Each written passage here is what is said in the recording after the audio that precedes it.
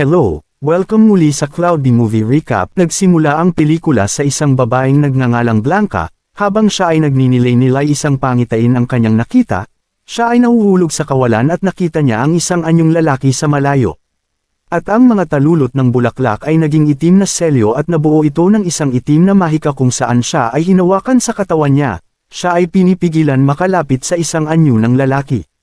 Hindi na mamalaya ni Blanca na ang katawan niya ay naglabas ng kapangyarihan, agad na iniwasan ito ng kanyang kapatid na babae na si Verta, kung saan siya pinahinahon ito gamit ang kanyang kapangyarihan. Habang sila ay naliligo sa batis, sinabi ni Blanca sa kanyang kapatid na nagkaroon siya ng pangitain na ang pagiging immortal ay malapit na niyang makamit, ngunit hindi niya mabasag ang nakaharang dito. Sinabi ni Blanca na mayroon nawawala sa loob ng kanyang puso at may kulang ito. Ibinigay ni Verta ang hairpin kay Blanca na sa palagay niya ito ay makakatulong para sa kapatid niya. Nagliwanag ang hairpin kasabay ng paglabas ng kapangyarihan. 500 taon na ang nakalipas, sa Tang Dynasty naghari ang kaguluhan at ang mga demonyo ay nagmumulto sa mundo, at ang emperor ay naghahangad ng buhay na walang hanggan, at hindi natupad ng general ang masamang pagnanasang iyon. Sa barko ng general, si Blanca ay palihim na pumasok sa pugad nila. Pinatay niya ang mga bantay na kawal sa mabilis na pagpaslang. Sinilip niya ang kinaroroonan ng general at nakikita niyang gumagawa ito ng itim na ritual gamit ang mga ahas. Siya ay may misyong patayin ito gamit ang isang hairpin na gawa sa jade. Ngunit, nalaman ng general na naroon si Blanca, agad na sumugod ang isang lalaking tauhan niya, at ang mga kawal ay tumungo sa kanila. Si Blanca ay nakipaglaban sa lalaki, gumamit ang lalaki ng mga kapangyarihan. Naiwasan naman ito ni Blanca at ginamit naman niya ang hairpin niya. Hinigop ng hairpin ang kapangyarihan ng lalaki ngunit, hindi kinaya ng kanyang hairpin ang malakas ng kapangyarihan at nagsanhi ito sa pagkatalo niya. Nagising si Blanca sa isang bahay, nakita niya ang isang matandang babae na pumasok doon. Tinanong ni Blanca ang babae kung nasaan siya, sinabi ng babae na nasa Snake Catcher Village siya. Tinanong siya ng babae kung saan siya nakatira ngunit si Blanca ay nawalan ng memorya, at hindi niya maalala kung ano ang nangyari sa kanya, sinabi ng matandang babae na natagpuan siya ni Zuan. Nakilala ni Blanca ang isang lalaki na si Zuan at ang aso nitong si Dudo. Nilapitan ni Blanca ang mga nahuling ahas at narinig niya na humihingi ang mga ito ng tulong mula sa kanya. Habang sila ay naglalakad patungo sa lugar kung saan natagpuan si Blanca, ang aso na si Dudo ay aksidenteng nahulog sa mataas na bangin. Nagawa naman na iligtas ni Blanca si Dudo gamit ang kanyang kapangyarihan, si Zuan ay namangha dahil hindi niya inaasahang na mayroon si Blanca na kapangyarihan. Dito nga ay sinabi ni Zuan na ang lahat ng bagay na naruroon ay bumabagsak mula sa taas ng talon, at dito niya rin natagpuan si Blanca na walang malay. Nilapitan ni Blanca ang talon at may bigla siyang naalala dito, isang babae ang nagbigay sa kanya ng isang misyon na patayin ng general subalit sinabi niya na hindi pa siya handa. Ang alaala nakita niya ay hindi sapat upang maibalik ang lahat ng kanyang memorya. Sa hindi sinasadya nagpakawala si Blanca ng kapangyarihan kay Zuan. Ang payong ay nagkaroon ng kapangyarihang lumipad. Hinawakan niya sa kamay si Blanca at magkasama silang namasyal, at sabay nilang napagmamasdan ang kagandahan ng lugar. Habang sila ay namamasyal, isang ahas ang umatake kay Zuan na agad naman pinatalsik ni Blanca. Nawalan ng balanse ang kanilang payong at buti na lang ay hindi tuluyang nahulog si Zuan sa bangin. Nang mahawakan ni Blanca ang hairpin isang alaala ang bumalik, siya ay nawalan ng malay at nahulog siya sa bangin. Natagpuan siya ni Zuan sa kakahuyan, at 2 kawal ang nakita niya sa tabi ni Blanca, at narinig niya ang binanggit ng kawal na ang general at assassin. Gamit ang isang bato na napulot niya ang 2 kawal ay napabagsak niya gamit ito. Kinagabihan, habang hawak ni Blanca ang hairpin at sinabi niya na sa palagay niya ito ay mayroong kapangyarihan, isang salita ang lumabas sa hairpin na ito ay ang mahalagang jade. Inaalala ni Zuan na sa tingin niya ay mayroon siyang nakita na parehas ng hairpin, at isang tindahan ang kanyang naalala at ito ay matatagpuan sa labas ng lungsod ng Yungjo, at sa palagay niya na isa ang hairpin ay galing doon. Dumating ang tauhan at kawal ng general sa kanilang village at hinahanap niya ang may-ari ng payong, at hinahanap din niya ang isang babae na ang damit ay kulay puti. Sa kuwebo ng mga ahas, isang ahas ang nagbigay alam sa kanilang master na nakita niya si Blanca kasama ang isang lalaki na si Zuan, at sa palagay nila si Blanca ay nagtraidor sa kanila. Naglabas ng kapangyarihang anyong ahas ang master nila at pinagaling niya ang ahas gamit iyon. Lumapit si Verta at sinabi na ibabalik niya ang kanyang kapatid, at gamitin ito ang Scorching Death skills upang malaman ng kanilang kasamahan na seryoso siya sa kanyang gagawin. Ginamit ng master nila ang kapangyarihan na nakamamatay sa katawan ni Verta, at sinabi na ibalik ang kanyang kapatid sa loob ng 3 araw. Habang hawak ni Zuan ang asong si Dudo, ginamit ni Blanca ang kanyang kapangyarihan at nagawa niyang pagsalitain ito. Hindi nagtagal, isang nilalang ang humarang sa kanila sakay ng maliit na bangka. Ito pala ay napag-utusan ng master nila na patayin si Blanca.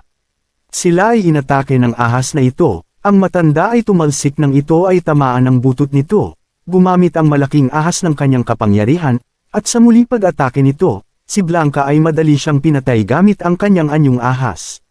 Kinagabihan, gumawa si Zuan ng apoy dahil napapansin niya na si Blanca ay naglalabas ng yelo sa buong katawan niya. Dahil sa hindi maiwan ni Zuan si Blanca, ito ay kanyang niyakap ng mahigpit upang mabawasan ang nararamdaman nito. Nagising si Blanca yakap-yakap ni Zuan. Sinabi ni Dudo na siya ay nanginginig sa lamig kaya siya niyakap ni Zuan at hindi siya iniwan nito.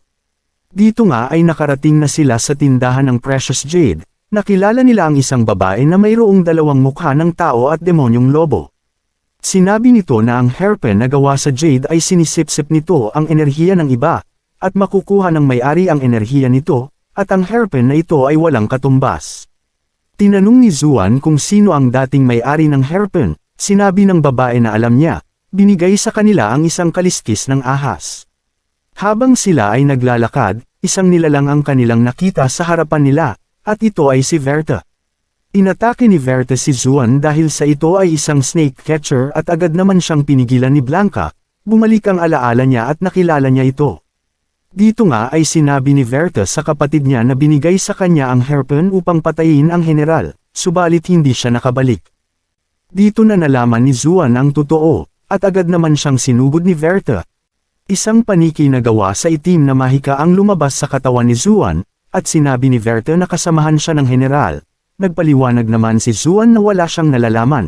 Si Blanca ay may tiwala pa rin kay Zuan, na agad naman ikinagalit ni Verta. Inatake niya si Zuan at gusto niya itong patayin, ngunit tinulungan naman siya ni Blanca para makaiwas sa pag-atake ni Verta. Nakita ni Zuan ang isang pinto, sila ay pumasok dito at agad na nagsara ito. Nang sila ay makalabas, sinabi ni Blanca na sasama siya sa kanyang kapatid at siya ay nakipaghiwalay kay Zuan dahil hindi sila maaring magsama. Si Blanca ay isang demonyo at si Zuan ay isang tao. Sinabi ni Zuan na gagawa siya ng paraan upang sila ay magkasama, at hintayin siya sa kanyang pagbabalik. Si Zuan ay nakipag-usap sa babaeng demonyo na may 2 mukha. Siya ay humingi ng tulong upang sila ay magsama ni Blanca, ngunit ang paraan na pwede niyang gawin ay gawin siyang isang demonyo. Si Zuan ay pumayag ngunit mayroon nitong kapalit, siya ay ginapos sa kadena at isang nilalang ang lumapit sa kanya. Ang tauhan ng general ay natuntun sina Blanca at Verta, inatake ng lalaki ang magkapatid at madali lang sila nakaiwas, maya-maya ay sabay nilang inatake ang nilalang na may 3 ulo at nagawa nila itong mapabagsak. Nagalit ang lalaki at pinakawalan niya ang mga ibon sa damit niya at ito ang ginamit para labanan ang magkapatid. Naiiwasan nila ang bawat pag-atake ng lalaki sa iba't ibang direksyon. Sa pagpapatuloy ng laban nila, ilang sandali lamang isang malakas na kapangyarihan ang binitawan ng lalaki, at ang dalawa ay agad na nahuli niya. Gagamitin sana ni Blanca ang hairpin subalit nakuha naman ito ng lalaki. Pinilit ni Blanca na mabawi ang hairpin at nang kanyang mahawakan ito, ang enerhiya ng lalaki ay unti-unting hinihigop ng hairpin hanggang sa ito ay mabawian ng buhay. Nagising si Zuan, isang buntot ang kanyang nahawakan at siya ay naging masaya. Napansin naman ni Zuan na nawala ang buntot ni Dudo at sa tingin niya, na ito ang kapalit sa pagiging isa niyang demonyo. Si Zuan ay may kakayahan ng tumakbo ng mabilis, pati ang kanyang pagkilos ay bumilis na rin. Dito nga ay naabutan niya na sira na ang malaking tower, agad niyang hinanap si Blanca subalit wala na ito doon. Isang wasak na lungsod ang nakita ni Zuan, at hindi nagtagal nakita na niya si Blanca sa anyong napakalaking ahas. Si Blanca ay umalis sa lugar. Dito nga ay nagpakita si Verta kay Zuan at nalaman niya na pupunta si Blanca sa Snake Catcher Village, at ang general ay pupunta din doon. Si Zuan ay nagbigay ng babala sa mga tao sa Snake Catcher Village na umalis dahil paparating na si Blanca, subalit walang nakinig sa kanya. Maya-maya lang dumating ang general at ginamitan si Zuan ng selyo, at isiniwalat nito ang anyo ni Zuan na siya ay isa ng demonyo. Ang mga tao ay natakot nang makita siya. Sinabi ni Zuan na pakawalan siya at gagawin niya ang lahat upang mailigtas ang bayan nila. Pinakawalan naman siya ng general at agad na tumakbo si Zuan papaalis. Dito nga ay kinausap ni Zuan si Blanca at sinabi na isa na siya sa katulad nila. Kahit siya ay mahina sa lahi ng mga demonyo, gagawin niya ang lahat para maprotektahan lamang siya. Sila ay lalayo at pupunta sa dulo ng mundo, nang sila ay magkasama at malaya. Kalaunan, bumagsak ang mga malalaking braso sa katawan nila at ito ang pumihil sa pagkilos nila, at ang may kagagawa nito ay ang general. Naglabas siya ng isang malakas na selyo kung saan ang kanilang katawan at kaluluwa ay papatayin ng selyo na ito. Ang kaluluwa nila ay hinihigop na. Sinabi ni Verta kay Zuan na kung ang kanyang kaluluwa at katawan ay namatay gamit ang selyo, ay hindi na sila muli maipapanganak. Ang epekto ng nakamamatay na kapangyarihan sa katawan ni Verta at malapit ng sumabog, naisip naman ni Verta na ipahigop ito sa general at napunta nga ito sa kanya. Subalit ang general ay nagawang tanggalin ang nakamamatay na kapangyarihan sa katawan niya. Ang hairpin ay tumama sa katawan ng general at unti-unti nahihigop ang enerhiya niya papunta sa katawan ng master nila. Ang master nila at ang general ay naglaban gamit ang kanilang kapangyarihan, at si Blanca naman ay nagawang makatakas sa mga braso. Gumamit ang general ng isang teknik kung saan nabuo ang mga maliit na papel at ito ay naging isang malaking ibon. Sa paglalaban ng mga nilalang na ito, nagawa ng general na mapigilan ang dalawa. Si Verta ay sumugod hawak ang hairpin at agad niyang sinaksak ang general, at ang enerhiya niya ay hinigop ng master nila, hanggang sa ang general ay nawalan na ng lakas.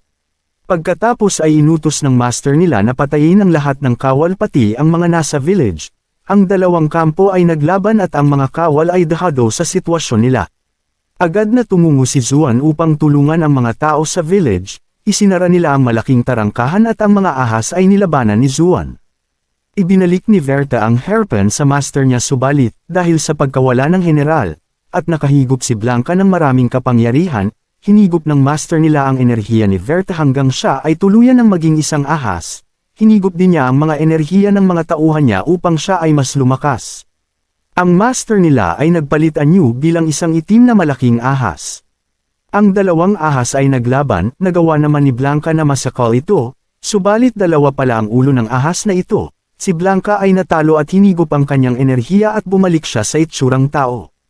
Itinayo at binuhay muli ni Zuan ang mga tore, at lumabas muli ang mga braso na agad na napigilan ang itim na ahas. Nagawa naman mailigtas ni Zuan si Blanca at tumakbo sila palayo, at ang ahas ay naging yelo na. Habang sila ay papaalis sa lugar, inilaan ng general ang kanyang natitirang enerhiya upang buhayin ang selyo at sila ay nakulong dito. Mabilis na nagyelo ang buong nasasakupan ng selyo, at sina Zuan at Blanca ay naghahanap ng kanilang dadaanan. Si Zuan ay unti-unti nang nanghihina. Sinabi ni Zuan na sigurado siya na ililigtas sila ng mga tao sa village, hanggang si Blanca ay makatulog. Ang katawan ni Zuan ay nagtamo ng pinsala, at ang mga tao ay tumulong na pabagsakin ang tore. Nang gumising si Blanca, si Zuan ay tuluyan ng naging yelo. Sinusubukan ni Blanca na gisingin ito subalit si Zuan ay patay na. Ang katawan ni Zuan ay hinihigop na ng selyo, sinubukan naman ni Blanca na pigilan ito. Ginamit ni Blanca ang kapangyarihan ng hairpin upang pigilin ang kaluluwa ni Zuan. Binuhos niya ang natitira niyang lakas upang mailigtas ang kaluluwa ng pinakamamahal niya. Ang tore ay napabagsak ng mga tao at huminto na rin ang selyo. Si Dudo ay agad na hinanap si Zuan at wala siyang natagpuan doon. Bumalik muli ang eksena sa lawa. Sinabi ni Blanca na sa huling pagkakataon, nailigtas niya ang kaluluwa ni Zuan at ito ay nasa hairpin niya. Sinabi ni Verta na nagawa na ni Blanca na mabuksan ang huling hakbang, subalit kahit na nagawa niya ito, ang pagiging immortal ay ang bagay na hindi niya makukuha. At ang katauhan ni Zuan ay muling nabuhay sa ibang lugar, at si Blanca ay desididong mahanap muli si Zuan, kahit ito ay hindi siya maalala. Upang suklian ang kabutihang ginawa sa kanya, ipinangako ni Blanca na hahanapin niya ang lalaking iyon kahit kailangan niyang baliktarin ang buong mundo. Ngunit hindi sang-ayon ang kanyang kapatid na si Vera. Para sa kanya, sayang lamang ang oras na hanapin ang isang taong maaaring matagal ng patay. Sinubukan niyang kumbansihin si Blanca na maikli ang buhay ng mga tao at hindi nararapat na sayangin nila ang kanilang walang hanggang buhay para sa isang taong walang halaga. Ngunit matigas ang ulo ni Blanca. Ang nais lamang niya ay makita ang lalaki upang personal siyang pasalamatan. Nangako rin siya sa kanyang kapatid na ito na ang paghahanap na ito ang magiging huling pakikialam niya sa mundo ng mga tao. Lumipat ang eksena sa isang masayang pista. Sa gitna ng kasiyahan, nahulog ang hairpin ni Blanca. Isang binatang nagngangalang Xuan ang nakapulot nito at ibinalik sa kanya. Sa sirang tulay nagkaroon ng isang romantikong sandali. Nang magtagpo ang kanilang mga mata, tila may kakaibang damdaming nabuo, na parabang pinagsasama silang muli ng tadhana. Ngunit bago pa sila makapag-usap ng maayos, dumating si Lady Wang at naputol ang sandali dahil may sakit ang kanyang anak na lalaki at nakagat daw ito ng ahas. Dito natin nalaman na ang binatang iyon ay isang doktor na nagngangalang Shu. Agad niyang sinuri ang bata at sinabi kay Lady Wang na huwag mag-alala dahil simpleng hindi pagkatunaw ng pagkain lamang iyon. Pagkatapos ay sinubukan niyang kausapin muli si Blanca, na nagkunwaring nagkataon lamang ang kanilang pagkikita. Ngunit palaging nakaharang si Vera at nagbibitiw ng mga mapanuyang komento, na parabang maraming ibang daan na pwedeng daanan. Nalaman din natin na nakatira si Shu kasama ang asawa ng kanyang namayapang kapatid na babae at punong-puno ng trabaho ang kanyang araw-araw na buhay. Sa tuwing susubukan niyang makipag-usap kay Blanca, may biglang dumarating na bagong pasyente o problema na kailangan niyang asikasuhin hanggang sa magsawa ang dalawang babae sa paghihintay. Makalipas ang ilang oras, nagkaroon ng isa pang tila planadong pagkakataon na magkita sila sa isang bangka. Nagkita muli sina Blanca at Shu. Sinubukan ni Blanca na kumilos ng kalmado, ngunit may isang maingay na bangkiro na sumaire sa sandali dahil gusto niyang dalhin ng doktor upang gamutin ang kanyang may sakit na asawa. Doon na napuno si Blanca. Sa isang matalinong galaw ng kanyang mahika, naitulak niya palayo ang bangkiro nang hindi nito namamalayan at dinala niya si Shu sa isang tahimik na paglalakbay sa Sunset Lake. Habang nasa lawa sila, inilabas ni Shu ang kanyang plota at tumugtog ng isang himig. Agad itong nakahuli sa puso ni Blanca dahil iyon din ang sinaunang himig na matagal na niyang kilala. Kinabukasan, naglalakad si Shu kasama ang kanyang bayaw na si Lee, na siyang sheriff ng lungsod. Napakapraning at mapaghinala si Lee at iniisip niyang baka mga manloloko lamang ang dalawang babae na gustong kunin ang kanilang pera. Tinuwanan lamang siya ni Shu at sinabing wala siyang perang maaaring manako. May utang siya sa halos lahat ng tao at halos mabuhay na lamang sa utang. Dahil dito, napagtanto ni Lee na walang matinong magnanakaw ang magnanakaw sa isang taong wala namang pera. Gayunpaman, nagulat si Lee. Nang malaman na magkikita sila ng mga babae sa isang napakamahal na lugar na tinatawag na House of Abundant Joy. May utang pa nga sila sa may-ari nito na si Master Jiao na umaabot sa 300 pirasong pilak. Sinubukan nilang pumasok ng palihim at magkunwaring matapang, ngunit nahuli sila ni Master Jiao at pinahiya sa harap ng maraming tao at ng mga babae. Sa sandaling iyon, matapang na lumapit si Blanca at ibinigay ang kanyang gintong hairpin kay Master Jiao upang bayaran ang utang ng kanyang magiging asawa. Dahil sa kabutihang iyon, lalo pang nahulog ang loob ni Shu sa kanya. Agad ding pumayag si Lee sa kanilang kasal, lalo na Wozu mayaman pala ang magiging nobya at kaya nitong bayaran ang mga utang. Nagpakasal sina Shu at Blanca at namuhay sila ng masaya. Sinubukan pa ni Blanca na kumbansihin si Vera na tumira kasama nila at iwan na ang mundo ng mahika. Ngunit naniniwala si Vera na nagkamali ang kanyang kapatid sa pagpili ng isang tao kaysa sa kanilang tunay na kalikasan. Habang lumilipas ang mga araw, isang kakaibang salot ang kumalat sa lungsod at maraming tao ang bumabagsak sa mga lansangan. Natuklasan ni Shu na sinasamantala ng ibang doktor ang sitwasyon sa pamamagitan ng pagtaas ng presyo ng gamot habang namamatay ang mga mahihirap dahil wala silang pambayad. Dito nagmungkahi si Blanca na magbukas sila ng sarili nilang batika upang makatulong sa mga tao ng patas. Ngunit nalungkot si Shu dahil wala silang pera para simulan ito. Upang malaman ang pinagmulan ng sakit, nagsimulang mag-imbestiga sina Blanca at Vera. Napansin ni Vera na ang pagkalat ng sakit ay tila sumusunod sa isang tuwid na linya mula kanluran patungong silangan. Dahil dito, naghinala siyang may taong sadyang naglalasan sa mga balon ng tubig sa lungsod. Sinuri nila ang ilang balon at naamoy ang matinding baho na senyales na kamakailan lamang itong nalasan. Sa isa pang balon ay nakita nila ang isang matandang lalaki na nagbebenta ng mga tableta at sinasabing iyon ang lunas sa sakit. Doon nagsimulang maghinala si Blanca na may masamang ginagawa ang matanda. Kinabukasan, maraming tao ang pumila upang bumili ng gamot mula sa matandang iyon. Hindi alam na siya rin ang dahilan ng kanilang pagkakasakit. Nagalit si Blanca at halos gamitin na niya ang kanyang mahika upang pigilan ito. Ngunit pinigilan siya ni Vera at ipinaalala ang pangako na hindi sila gagamit ng kapangyarihan. Habang kinakausap ni Blanca ang matanda upang guluhin siya, mabilis namang ninakaw ni Vera ang mga halamang gamot at lahat ng pera nito gamit ang kahangahangang bilis ng kamay. Ibinigay nila ang mga halamang iyon kay Dr. Shu. Kahit nagpasalamat siya, sinabi niyang kulang pa rin sila ng 100 pilak upang makapagbukas ng botika. Hindi sumuko si Vera. Nakita niya ang isang hukom na may napakaraming kayamanan. Nagbago siya ng anyo bilang isang berdeng ahas at palihim na pumasok sa opisina nito upang kunin ang lahat ng mahalagang bagay. Kinabukasan, gamit ang perang iyon ay nabuksan ni Shu ang kanyang pinapangarap na botika na tinawag nilang Hall of Protection. Habang lumalago ang negosyo, nagkaroon si Shu ng ideya tungkol sa isang mahiwagang halamang gamot na maaaring makapagligtas sa mga tao. Ngunit matatagpuan ito sa isang napakataas na bangin. Iginiit ni Blanca na sumama sa kanya dahil mapanganib ang paglalakbay. Habang kinukuha ni Shu ang halamang iyon, nadulas siya at nahulog sa bundok. Napilitan si Blanca na gamitin ang kanyang kapangyarihan upang iligtas siya at paliparin siya bago pa siya tumama sa lupa. Nagulat si Shu sa kanyang nakita, ngunit agad siyang nilinlang ni Blanca sa pagsasabing ang mga Diyos ng bundok ang nagligtas sa kanya dahil mabuti siyang tao. Pinaniwalaan naman ito ni Shu at nangakong gagamitin ang halamang iyon upang makatulong sa mga tao. Samantala, hinanap ng hukom ang ninakaw niyang pera at inutusan si Sheriff Lee na hanapin ang magnanakaw. Dumating din sa lungsod ang isang mongheng nagngangalang Fei Hai upang tulungan siyang lutasin ang misteryo. Gamit ang kanyang mahika at isang gintong espiritong hayop, sinubukan niyang matuntan ang salarin at napagpasyahan niyang gawa ito ng mga demonyo. Kalaunan ay nagplano si Lee ng isang pagtatanghal ng opera sa lungsod. Ngunit nang marinig ni Blanca ang pangalan ng grupo, agad siyang kinabahan dahil alam niyang ang aktres na gaganap bilang Red Maid ay isang demonyo na matagal na niyang kilala. Pagkatapos ng palabas, nilapitan ng matandang lalaki si Dr. Shu at nilinlang siya. Sinabi nitong may masasamang espiritu sa kanyang bahay at binigyan siya ng isang anteng-anteng para sa proteksyon.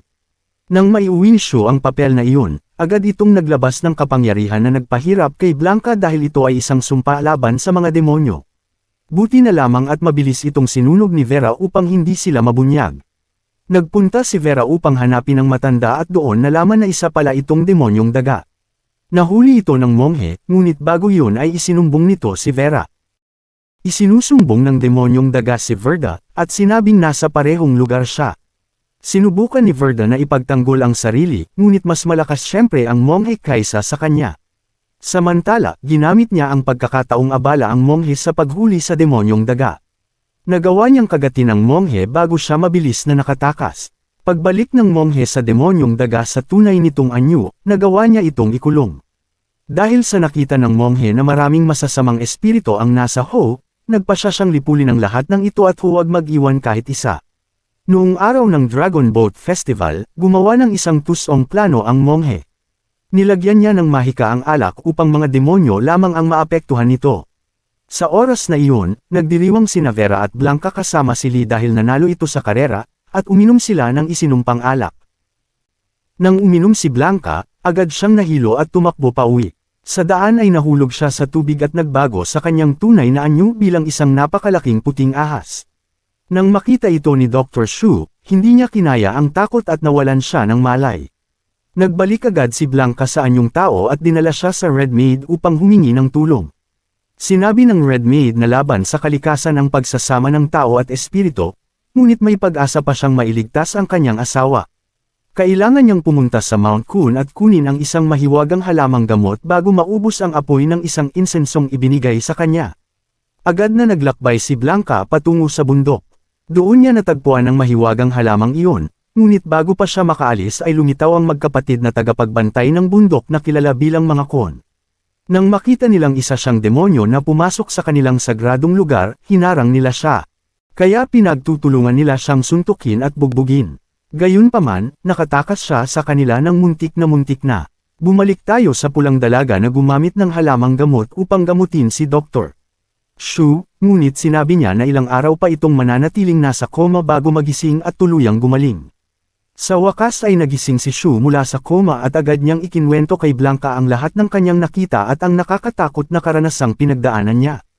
Ngunit nagkunwaring walang alam si Blanca at sinubukang kumbansihin siya, na para bang pinapaniwala siya na ang lahat ng iyon ay isa lamang bangungot at masamang panaginip, wala nang iba. Sa kabila nito, ipinilit ni Shu ang kanyang sinabi at nanumpa siyang totoong nakita niya ang napakalaking ahas. Dahil dito, nanatili siya sa bahay at tumangging lumabas dahil sa takot sa ahas. Dahil hindi maaaring magpatuloy ang ganitong sitwasyon, nagplano sina Blanca at Vera ng paraan upang mawala ang takot na ito ni Shu. Hiniling ni Blanca kay Shu na lakasan ang loob nito at dalhin siya sa lugar kung saan niya sinasabing nakita ang ahas. Dinala siya ni Shu sa may lawa, ngunit bawat hakbang ay may pag-aalinlangan. Doon ay ginamit ni Vera ang kanyang mahika upang lumikha ng isang pekeng ahas. Sinimulan nitong takutin sina Shu at Lee na agad namang tumakbo na parang nasa isang marapan. Bago palamunin ng ahas si Shu, sumulpat si Vera at sa isang mabilis at dramatikong galaw ay hinati ang ahas sa dalawa gamit ang kanyang espada. Dahil sa ginawang palabas na ito, nawala ang takot ni Shu at bumalik siya sa normal. Kinabukasan ng umaga, walang tigil si Lee sa pagkukwento tungkol sa katapangan ni Vera at nagpasya siyang kailangan niyang mahanapan ito ng mapapangasawa. Ngunit ang problema ay mataas ang tingin ng dalaga sa kanyang sarili at sa totoo lang ay tila walang lalaking sapat para sa kanya. Sa sandaling iyon ay dumating ang monghe upang bisitahin sila. Nang marinig niya ang tungkol sa malaking ahas na namatay, hiniling niyang makita mismo si Vera. Ang lalaki ay nakasuot ng magarang damit ng isang maharlika sa halip na kasuotan ng monghe, kaya hindi agad siya nakilala ni Vera hanggang sa mapansin niya ang marka ng kagat sa kamay nito. Agad niya itong nakilala at naunawaan na isa itong patibong. Kaya tumakbo siya kaagad bago pa siya mahuli ng monghe. Dahil sa pagtakas na ito, nakumpirma ng monghe na siya nga ang hinahanap na demonyong ahas. Matapos pagdugtungin ng monghe ang mga pangyayari at malaman na nahilo rin ang kapatid ni Blanca dahil sa alak, naging sigurado siya na sila ay mga demonyo. Pumunta si Shu sa kanyang asawa upang ikwento ang sermon na kanyang narinig at sinabi niyang nanumpa ang monghe na hindi aalis hanggat hindi niya nakikita si Blanca. Doon naganap ang komprontasyon at ibinunyag ng monghe ang tunay na pagkatao ni Blanca. Ginamit niya ang kanyang kapangyarihan upang gapyusan at kontrolin siya hanggang sa mawalan ito ng lakas at magbago sa anyo ng isang napakalaking ahas sa harap mismo ng kanyang asawa. Ngunit sa halip na matakot, nag-alala si Shu para sa kanya at hinamon pa niya ang monghe habang inaagaw ang gintong mangkok nito. Anong klaseng pag-ibig ang kayang isugaw ang buong mundo para lamang sa isang ahas? Nagpatuloy ang labanan at nakatakas si Blanca kahit sugatan. Nang mabunyag na ang lahat ng lihim, lumipad si Vera upang hanapin ang kanyang kapatid. Samantala, naalala ni Shu ang paggawaan ng jade kaya tumakbo siya roon upang humingi ng tulong. Pumayag ang may-ari na tulungan siya ngunit binalaan siya na maaaring ikamete niya ang kanyang hinihiling. Ang tanging paraan upang mailigtas si Blanca ay ang gambulin niya ang halimaw ng monghe. Binigyan siya ng plote at sinabi sa kanya na kailangan niyang tumugtog gamit ang kanyang kaluluwa, hindi lamang ang kanyang hininga. Ang layunin ay akitin ang halimaw at ikulong ito sa loob ng gintong mangkok. Kailangan niyang tumugtog ng buong lakas upang mapigilan ang pag-atake kahit pamamatay siya, basta't mabuhay lamang ang kanyang asawa. Sinimulan ni Shu ang pagtugtog ng plote ng buong lakas, handang tapusin ang laban hanggang sa huli. Sa kabilang banda, naabutan ni Vera ang kanyang sugatang kapatid at nailigtas ito bago pa mahuli ang lahat. Samantala, nagtagumpay si Shu na akitin ang halimaw at ikulong ito sa loob ng gintong mangkok. Pagkatapos nito, agad siyang umalis upang hanapin ang kanyang asawa, ngunit may nakasalubong siyang tao mula sa bayan na nagbabala sa kanya na umalis kaagad dahil hinahanap siya ng mga tao upang saktan dahil sa pagtatago ng mga demonyo sa kanyang bahay. Dala ang gintong mangkok, pumunta si Shu sa templo ng Jinshan at doon nagmakaawa siya sa monghe na tigilan na ang kanyang asawa. Ngunit walang awa ang monghe at sinabi niyang walang lugar ang mga demonyo sa mundo ng mga tao. Dahil tuso siya, ipinakulong niya si Shu upang gamitin itong pain at akitin ng mga demonyo upang tuluyan silang mapatay. Sa ibang lugar naman, nagbalik sina Vera at Blanca sa nayon na labis na nag-aalala kay Shu. Lumabas si Lee at ipinakita ang kanyang tunay na katapangan bilang isang lalaki. Binalaan niya sila na ang lahat ng tao sa bayan ay laban na sa kanilang ngunit hindi niya sila kayang ipagkanulo dahil parang pamilya na ang turing niya sa kanila. Sinabi niya kung nasaan si Shu at ipinaalam na ito ay nakakulong sa templo ng Jinshan. Naghinala si Vera na isa itong malaking patibong kaya sinabi niyang kalimutan na nila si Shu dahil naniniwala siyang ipinagkanulo nito si Blanca sa monghe. Ngunit desperadong ipinagtanggol ni Lee ang kanyang bayaw at sinabi niyang mahal na mahal ni Shu si Blanca at hindi niya ito kailanman sasaktan. Gayunpaman, alam nilang halos imposible nilang kalabanan ang monghe dahil napakalakas nito. Dahil sa mga nangyari, kinuha ni Blanca ang lumang laso ng kanyang buhok at naalala ang sumpang matagal na niyang ginawa na hindi na muling gagamit ng mahika kahit ano pa ang mangyari. Ngunit biglang may isang lihim na nabunyag na kayang magbago ng lahat. Si Blanca ay buntis. Sa parehong oras, kumilos sina Lee at Vera upang iligtas si Shu mula sa kanyang selda bago pa mahuli ang lahat. Hinarap ni Vera si Shu at galit na galit siyang kinumpronta dahil sa inaakala niyang pagtataksil nito. Ngunit tiniyak ni Shu na hindi niya kailanman sasaktan ang kanyang minamahal na asawa. Sa sandaling iyon ay nalaman nilang buntis si Blanca kaya nagpasya silang puntahan siya agad. Ngunit nakita sila ng mongheng si Fahay at hinabol sila kasama ang kanyang nakakatakot na halimaw. Sa wakas ay nagkita muli sina Shu at Blanca at nangako si Shu na ang kanilang magiging anak ay mamumuhay ng payapa at ligtas. Ngunit hindi nagtagal ang kanilang saya dahil dumating si Fahay upang sirain ito. Sinimulan niyang ipaliwanag na hindi maaaring magsama ang tao at demonyo dahil laban ito sa kalikasan. Ngunit hindi na nahimik si Vera at ipinagtanggol ang kanyang kapatid, sinasabing wala itong sinaktan kailanman. Sinubukan ng monghe na lituhin ang isip ni Shu at pinaalala sa kanya ang takot na naramdaman niya nang makita si Blanca bilang isang higanteng ahas. Nang makita ni Blanca ang takot sa mga mata ng kanyang minamahal, napuno siya ng lungkot at nagpasya siyang bumalik sa kanyang tunay na anyo at tuluyang lumayo sa kanyang buhay upang hindi na niya makita muli ang ganoong tingin. Ngunit hinabol siya ni Shu at pinaalala ang kanilang mga pangako na mananatili silang magkasama habang buhay. Sa isang bihirang sandali ng tapang, hinawakan ni Shu ang kanyang asawa kahit nasa anyo ito ng higanteng ahas at wala siyang kahit kaunting takot. Ngunit hindi ito. Nagustuhan ng mongheng si Fahay kaya agad niya silang inatake. Sumiklab ang matinding labanan at nagtagumpay si Fahay na supulan ang kapangyarihan ni Blanca gamit ang kanyang gintong mangkok. Sa sandaling iyon, ginamit ni Shu ang kanyang huling paraan at tinugtog ang ploto ng buong lakas. Gumana ito na parang mahika at napalayo ang monghe at ang kanyang halimaw. Ngunit napakataas ng naging kapalit nito. Ang kapalit ay ang buhay ni Shu. Bumagsak siya sa lupa habang hinihingi ang kanyang huling hininga. Tumakbo si Blanca papunta sa kanya, umiiyak at sinusubukang iligtas siya bago pa tuluyang mawala. Ngunit hindi pa rin sumuko si Fahay at ginamit niya ang lahat ng kanyang kapangyarihan upang bigyan sila ng huling dagok. Ngunit sa isang himala, ang sanggol na nasa sinapupunan ni Blanca ay lumikha ng isang proteksyon na kalasag na pumihil sa pag-atake. Nang makita ito ng monghe, napagtanto niyang ang sanggol ay isang napaka-espesyal na nilalang. Sa sandaling iyon, mabilis na dumating si Vera. Kinuha ang kanyang kapatid at tumakas sila bago pa lumala ang sitwasyon. Pagkatapos ng lahat, sinabi ng monghe kay Lee na buhay pa si Shu at maaari pa itong mailigtas kahit naubos na nito ang lahat ng lakas upang iligtas ang kanyang asawa. Dinala siya ni Lee sa templo upang gamutin. Pagkalipas ng ilang panahon, makikita sina Vera at Blanca na mapayapang pinalalaki ang bagong silang na sanggol. Sa isang nakaaantig na tagpo sa pista ng mga parol, dinala ni Blanca ang kanyang anak sa templo upang kahit sandali ay makita ang espiritu ng kanyang minamahal na nagsakripisyo ng kanyang buhay para sa kanila. Doon ay pinanggako niyang mananatili siya sa tabi ng kanyang kapatid at susuportahan ito habang buhay. Nangako rin sila na balang araw ay babalik sila sa Storm Jinshin Temple at jijibay nito kapag dumating ang tamang panahon. Nagsisimula ang pelikula sa babaeng White Snake Demon na si Blanca na nais mailigtas ang kanyang asawa sa isang templo kung saan nagbabantay ang monghe. Sinusubukan siyang pigilan ng kanyang kapatid na Green Snake Demon na si Verta. Hindi naman gusto ni Verta iwan ang kanyang kapatid sa mapanganib na laban, kaya napagpasya niya na samahan ang kanyang kapatid. Isang malakas na pag-atake ang kanilang pinakawalan na kinukontrol nila ang tubig sa karagatan. Nang tatama na ang malalaking alon sa templo ay lumabas ang makapangyarihang monghe na tinatawag na Fahi. Inilabas nito ang kanyang balabal kung saan ay naging malaking pansalag ito mula sa malalaking alon, at protektahan ang kanilang sarili. Umatake ang monghe at madali niyang pinatalsik ang dalawa gamit ang kanyang malakas na kapangyarihan. Naglabas siya ng spell upang mahuli si Blanca at ikulong ito. Alam ni Blanca na hindi na siya makakatakas sa kapangyarihan ng monghe kaya banilinan niya si Verta na ibigay ang kanyang anak sa kanyang asawa at naluha na lamang si Verta sa sinapit ni Blanca. Tinanong niya ang monghe kung bakit sila inuusig nito.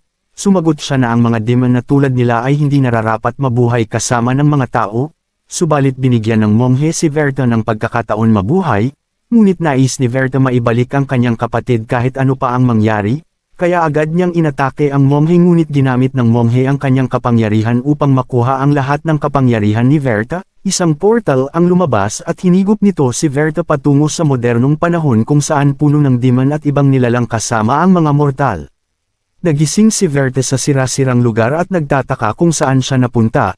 Habang sinusubukan niyang lutisin kung ano ang nangyayari ay biglang nagpakita sa kanya ang isang halimaw na ang ulo nito ay sa isang toro. Inatake siya nito at ang tanging magagawa na lamang niya ay iwasan ang atake sapagkat wala na siyang kapangyarihan. Hinabol siya ng halimaw at ayaw siyang lubayan nito. Habang tumatakas siya ay nakasalubong niya ang isang babae na nagngangalang Son, tinutukan siya nito ng baril sa pag-aakala na si Verta ay kalaban. Nang makita niya ang halimaw sa likod nito ay agad niya itong binaril at nagpasya siya na tulungan si Verta. Tumakbo sila upang takasan ang halimaw ngunit sa isang gusali ay natrap sila. Maya-maya ay bumagsak ang mga sasakyan sa halimaw at namatay ito. Isang misteryosong lalaking na may suot na maskara ang tumulong sa kanila upang mailigtas sila. Dinala ni Son si Verta kung saan siya nakatira at nagtatago din dito ang iba't ibang nilalang. Ipinaliwanag ni Son kay Verta ang diverter na sila ay nasa lugar na tinatawag na Azurville, kung saan ang mga halimaw at demon ay dinala at tinatago dito para sa kanilang hindi natupad na ninanais. Habang nagpapaliwanag si Son ay bigla silang inatake ng lalaking halimaw at pinwersa sila upang makasama niya si Verta, kaya nagbabala ito na papatayin niya si Son kung tatanggi siya. Buti na lang ay inatake ni Verta ang halimaw sa likod at hiniwa nito ang lalamunan ng halimaw. Dito nga ay tinuruan niya si Verta kung papaano mabuhay sa lugar at kung papaano siya gumamit ng baril. Tinuruan din siyang mag-drive ng motorbike, kasabay nito ang pagsasanay ni Verta gamit ang sandata para sa pakikipaglaban. Sa panahon na ito ay natutunan na ni Verta ang mga itinuro ni Son sa kanya at ngayon ay mas magaling na siya, dahil dito ay nagpasya sila na subukan ang kakayahan ni Verta. Isang trabaho ang kanilang ginawa kung saan sila ay niloko at ninakawan, mabilis nilang nabawi ang kanilang gamit at pinabagsak ni Verta ang mga ito. Habang unti-unti na natutunan ni Verta ang mabuhay sa Azurville ay biglang lumabas ang mga halimaw na bikers at patungo nga ito sa gusali kung nasaan si Verta. Kaya dali-dali silang tumakbo upang kunin ang kanilang gamit at umalis sa gusali, samantala dalawang grupo ang magbabanggaan sa pagitan ng mga halimaw na ang pinuno nila ay ang toro, at ang grupong Raksha na binubuo ng vampira at tao. Ang pinuno ng Ox ay nais pamunuan ng buong Azurville kaya kailangan niyang puksain ng Raksha upang matupad ito. Ang pinuno naman ng Raksha na nagngangalang Simon ay tatanggapin ang hamon nitong laban. Nakita ng dalawang halimaw sina Verta na patakas kaya hinabol sila nito, hindi nagtagal ay nahuli nila si Son at pinatay nila ito. Galit na galit si Verta at matapang na nilabanan ng halimaw na toro. Nilabanan niya ito sa gitna ng dalawang grupo ngunit masyadong malakas ang halimaw. Naroon din ang nakamaskara na sana niyang tulungan si Verta ngunit nagawa ni Verta mapatamaan ng baril ang halimaw at napatay niya ito. Nang magsisimula ang laban sa pagitan ng Ox Clan at Raksha Clan ay biglang dumating ang mga spirit demon kaya napagpas siya nila na tumakas. Tinulungan naman ni Simon si Verta para makatakas sa mga spirit demon.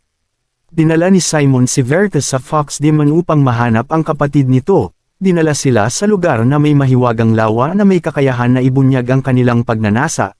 Sinabi ng Fox Demon na kung sino man ang nais umalis sa Azurville ay kailangan nilang tumalon sa lawa para sila ay mahugasan.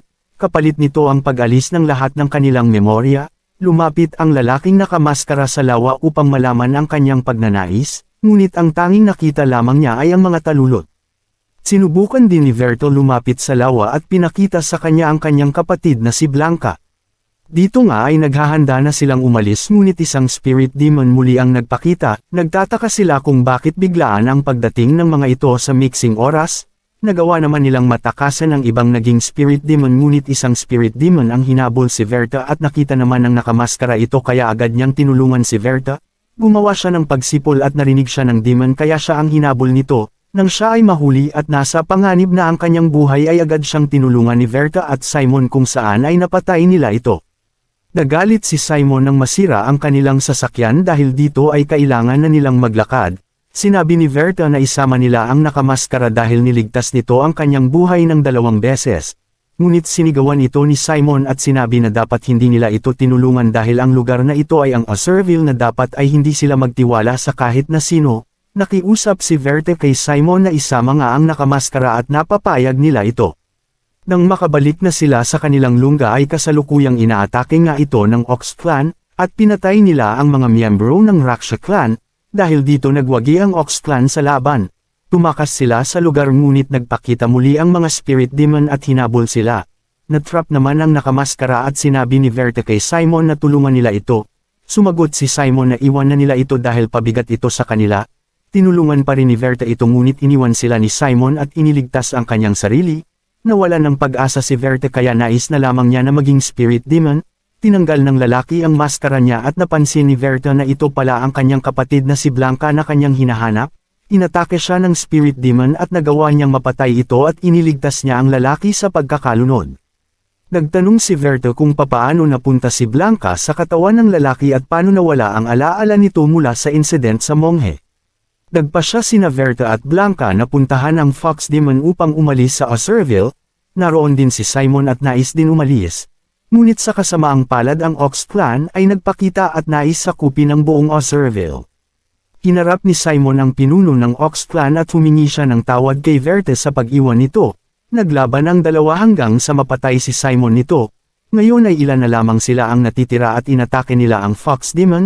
Tumalon nito sa lawa at inilabas nito ang kanyang kapangyarihan kung saan inatake niya silang lahat at isa-isang pinatay ang Ox Clan. Natagpuan nila Verte ang sasakyan kung saan ay naroon ang portal kung saan maaari silang makaalis sa Osurville ayon sa Fox Demon. Dito nga ay nakita na nila ang portal at pumasok na nga si Verte sa portal ngunit kailangan muna niyang labanan at lagpasan ang makapangyarihang Monghe. Inilabas ni Verte ang kanyang kapangyarihan at sinugod niya ang Monghe.